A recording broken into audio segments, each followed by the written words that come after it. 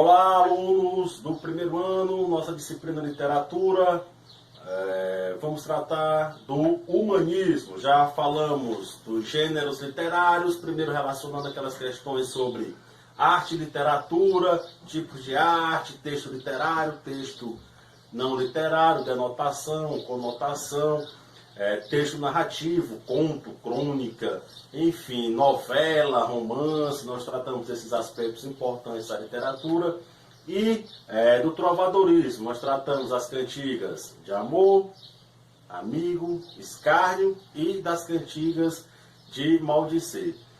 E hoje, meus queridos, nós vamos tratar aqui de um assunto importante também para o Enem, certo? E para os estudos literários. Lembrando, nós estamos ainda na literatura medieval. A literatura medieval corresponde do trovadorismo até o classicismo. Trovadorismo, humanismo, classicismo. Classicismo ele é também chamado de Renascimento, ou Renascença, enfim, que é o berço do Renascimento na Itália. Então, nós temos aqui humanismo. Humanismo, como o próprio nome afirma, é o quê?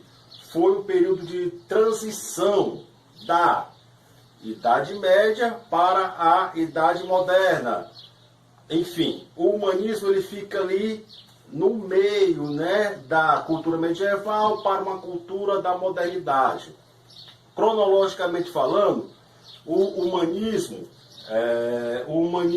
ele iniciou no século. Foi um período de renovação da cultura. O século XV ele é um século que nós vamos presenciar já mudanças importantes, transformações importantes na mentalidade da sociedade europeia, principalmente motivado pela expansão marítima europeia, que nós temos aí o Portugal como pioneiro nesse processo também historicamente chamado de grandes navegações. Então o humanismo está diretamente relacionado ao século XV, é um período de transição para a Idade Moderna, valorização do ser humano, do conhecimento, da razão, certo? Então, são aspectos importantes que a gente tem que abordar sobre esse assunto. Conhecimento, razão, valorização do homem,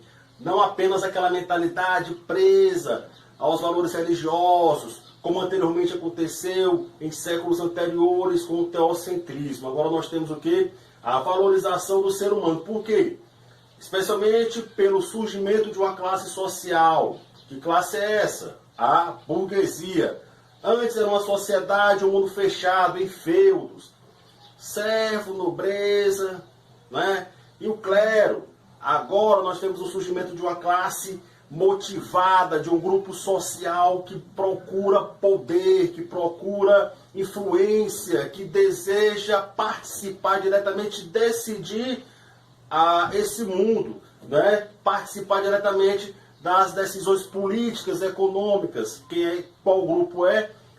A burguesia, que deseja esses anseios de poder, influência, né?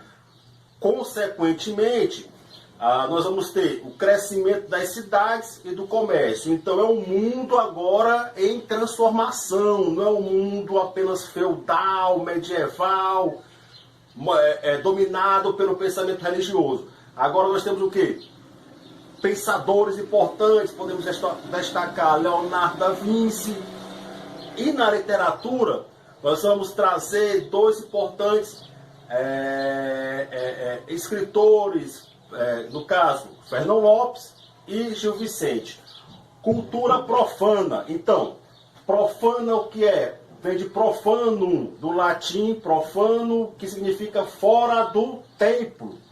Ou seja, o povo começa a participar, não é apenas mais a questão religiosa. Agora nós temos o que? Uma participação popular, cultura fora do templo, uma cultura que passa a se desenvolver fora do templo, nas cidades, né? Lembrando que a vida urbana ela é bem mais intensa, ela é mais dinâmica do que a vida rural, na qual o feudo está inserido nessa vida rural, economia, agricultura de subsistência, que não é o comércio. Lógico, essas mudanças, elas vão ser lentas, não são mudanças assim rápidas. Outro ponto importante, necessidade de documentação, não é? No período séculos anteriores, era muita questão mística. Agora o que? Necessidade de documentação, pensamento o quê? Científico, experimentação, observação, valorização da ciência. A ciência trabalha com documentação, com experimentação, observação, análise. Não é eu acho que é isso, ou Deus está nos castigando. Não. É uma visão o quê? Completamente diferente da visão da igreja que predominava em séculos anteriores. Então é um outro ponto importante que nós destacamos, o quê? Necessidade de documentação. E outro ponto, o teatro popular, criado em Portugal por Gil Vicente, que nós vamos tratar também. Um outro escritor, autor de peças, né? 44 peças, um conjunto de obras importante que inclusive influencia e trata de temas universais. E renovação da cultura, né? Nós temos o quê?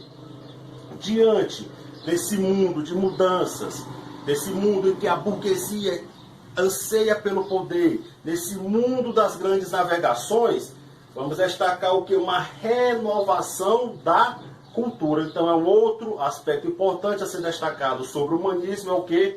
Renovação da cultura. Portanto, meus colegas, amigos, queridos alunos, nós temos aqui humanismo século XV, poesia sem música. Lembrando, trovadorismo, poesia associado à música, né? Agora o que? A poesia, ela há essa separação entre poesia e música, cultura profana, ou seja, a cultura fora do templo. A cultura passa a ser uma cultura o quê? Popular. O povo começa a se identificar, especialmente com o teatro popular de quem? De Gil Vicente. E um outro aspecto importante, renovação da cultura. Por quê? Porque a burguesia vai buscar participar, influencistas importantes, intelectuais, pensadores, cientistas. Então foi uma época de grande produção relacionada à ciência, podemos citar, e as artes de uma forma geral, como o próprio Leonardo da Vinci, Michelangelo, Nicolau Copérnico, Giordano Bruno, entre outros filósofos importantes dessa época, que vão procurar explicar os fenômenos naturais cientificamente. Portanto, nós temos o quê? A racionalidade em oposição ao misticismo. Outro aspecto, o antropocentrismo, valorização do homem, né? Inclusive, Leonardo da Vinci vai começar a desenvolver, né, vários trabalhos na qual o homem vitruviano, né, ele representa todo o homem humanista, representa o homem humanista, a obra Homem Vitruviano de Leonardo da Vinci. Outro aspecto importante, o cientificismo. Conforme eu falei, a ciência, ela ganha espaço. Por quê? Porque as explicações divinas, as explicações espirituais, elas não contemplam, elas não satisfazem. Então, o humanismo foi esse período em que a burguesia foi esse grupo social que revolucionou os padrões sociais e econômicos da época. Fator importantíssimo é o quê? A ascensão social da burguesia, influenciando diretamente no pensamento antropomórfico, ou seja, antropocêntrico, e consequentemente nós temos o quê? A racionalidade. Por que professor, de uma hora para outra, as pessoas começaram a não acreditar mais nas mensagens, na personalidade, na liderança do Papa? Muito bem. Um outro fator importantíssimo que ocorreu descrédito por parte da liderança da igreja foi um problema gravíssimo de saúde pública, que foi a peste negra. Consequentemente, a população não estava mais satisfeita com as explicações divinas diante da peste negra. Esse problema de saúde pública, com a burguesia que começou a incentivar, a motivar a população com o seu pensamento, levaram com que tanto a monarquia e o clero, né, o poder do Papa, começasse a ser então questionado. Observe então, fatores importantes para a decadência, podemos dizer, desse pensamento medieval marcado pela religiosidade. A ascensão da burguesia e a peste negra, esse problema gravíssimo de saúde pública que matou, né, mais de 1/3 da população europeia. Consequentemente, a burguesia começa uma disputa territorial com a nobreza. Consequentemente, nós temos o quê? A valorização da racionalidade.